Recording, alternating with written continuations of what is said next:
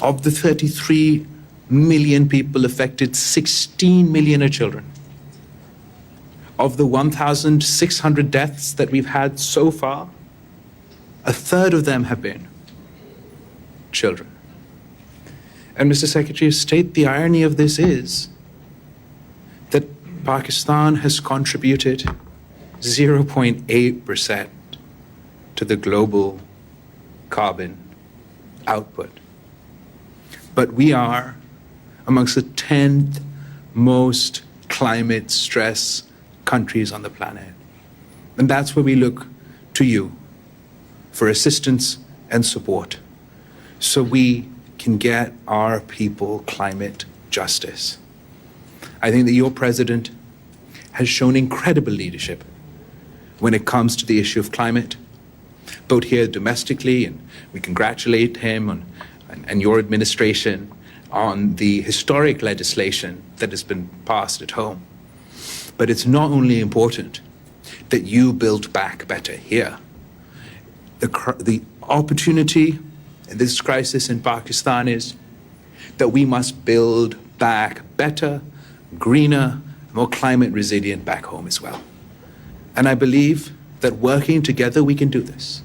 Working together not only with the government of the United States and our friends in the international community, but working with the private sector. Working with the private sector here in the United States and working with the private sector at home. I am convinced that we can build back better. We will build a more climate resilient Pakistan.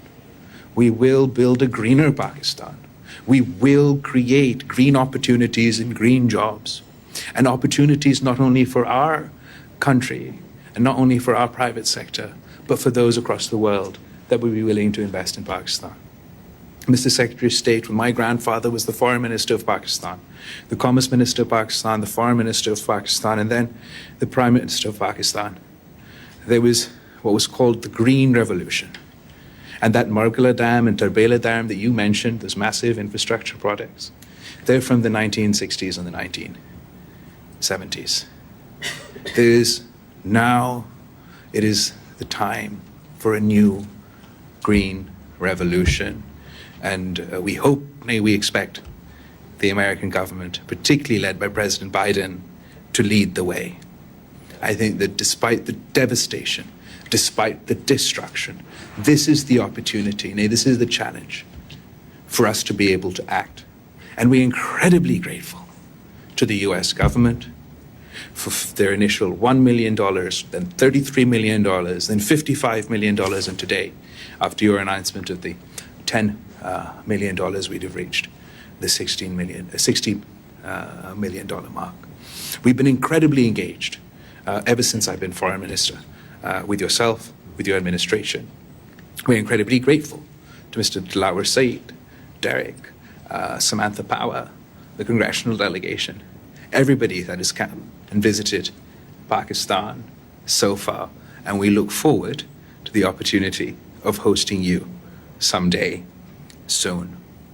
I absolutely agree that the Pakistan-US relationship is not only resilient, we have stood the test of time. And we've proved throughout history that when we work together, we achieve great things. And I believe that when we don't work together, then we fumble, then we falter, then things go wrong. And I would like the opportunity to once again not only thank you, but thank your incredibly hardworking team that have been working with their counterparts who are also incredibly hardworking around the clock, and that we've managed to make this progress and enhance the cooperation between the United States and America.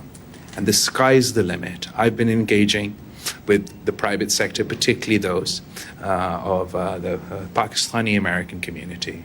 And they're patriotic Pakistanis and they're patriotic Americans.